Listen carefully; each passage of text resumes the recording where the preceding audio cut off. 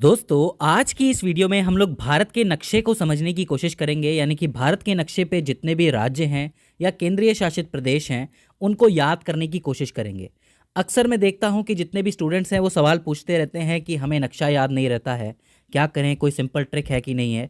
तो मेरी कोशिश रहेगी कि मैं आज आपको सिंपल से सिंपल तरीके से नक्शे को समझाने की और याद करवाने की कोशिश करूँ।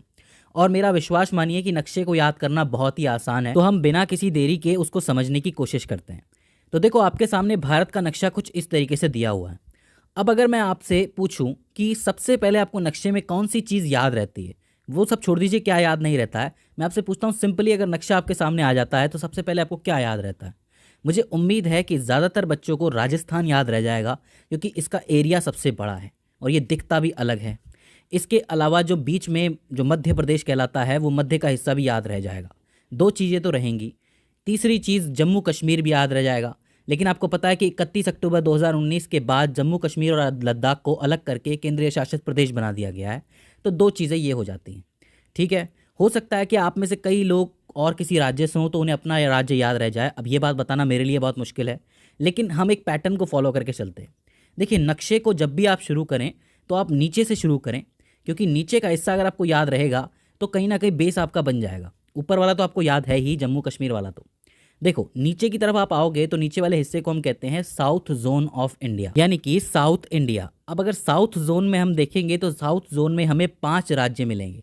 कोई भी आपको कहता है ना कि साउथ इंडिया क्या है, तो 5 राज्यों से मिला हुआ एक पूरा zone he south zone of India है। 5 में सबसे पहले आपको याद रहेगा किनारे पे केरल। ठीक है, ये किनारे पे है, बिल्कुल इस तरफ है, आपका लेफ्ट की तरफ है, तो केरल याद रह जाएगा। केरल में होती है मलयालम, और इधर है बिल्कुल तमिलनाडु, यानी कि तमिल बोली जाती है। तो मतलब आप समझ लो कि मलयालम और तमिल साथ साथ हैं, तो आप केरल, तमिलनाडु। ऊपर आप आओगे तो कर्नाटक, आंध्र प्रदेश, और आंध्र प्रदेश से कौन निकला है? तेलंगाना निकला है। इन पांचों को मिला दोगे तो साउथ जोन बन जाएगा।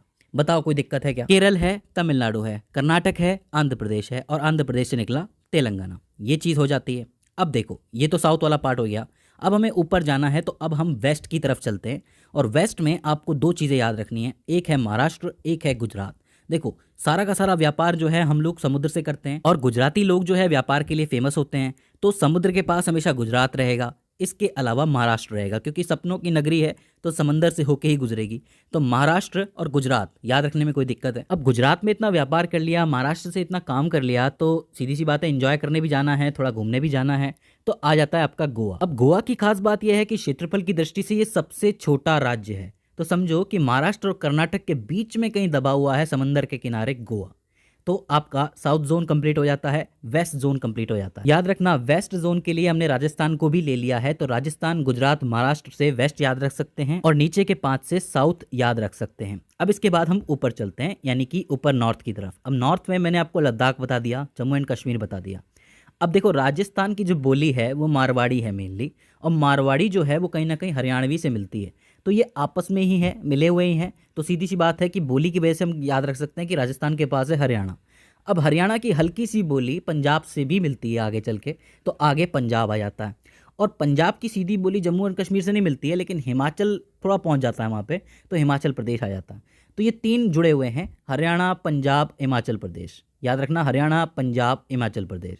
अब चूंकि हम नॉर्थ में आए हैं, उत्तर के पार्ट में आए हैं, तो उत्तर से जुड़े हुए 2 राज्य हम याद रख सकते हैं। एक तो उत्तर प्रदेश है, लेकिन पूरा उत्तर प्रदेश ये नहीं है, इसमें एक छोटा सा टुकड़ा, एक छोटा सा खंड अलग है, जिसको आप कहते हो उत्तराखंड।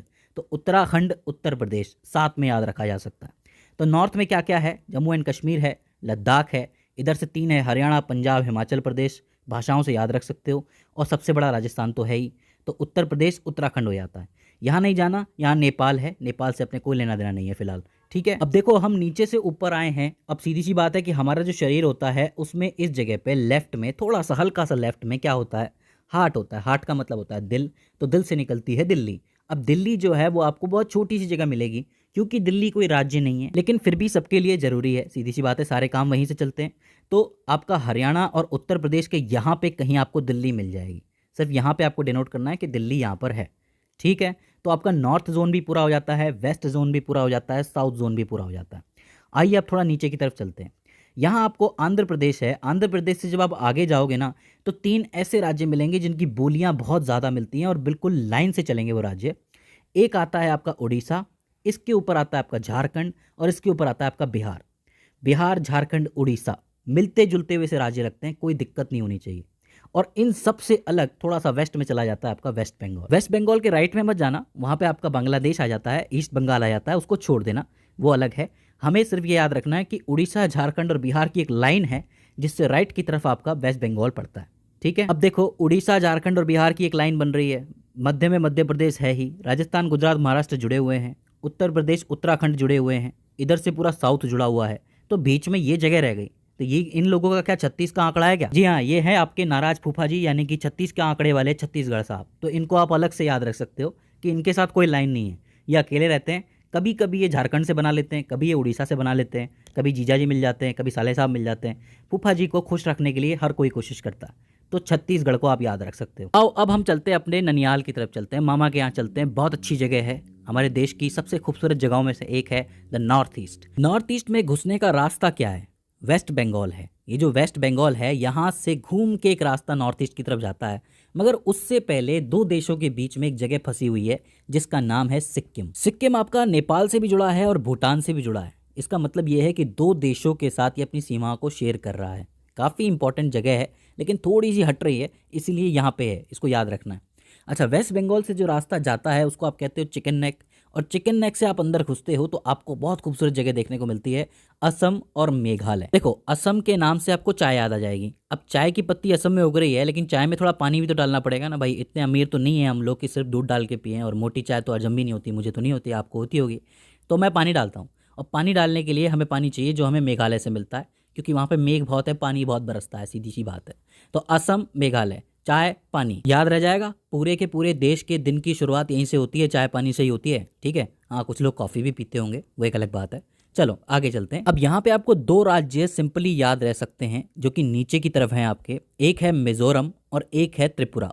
मिजोरम का मी और त्रिपुरा का त्र तो बनता है मित्र। ये दोनों आपस में दोस्त हैं, तो आप ये कह सकते हो कि इनको याद रखना बहुत आसान है, मित्र हैं नीचे नीचे। बेस्ट फ्रेंड वाली फीलिंग आती है इनको देख के। मिजोरम, त्रिपुरा, मिजोरम, त्रिपुरा।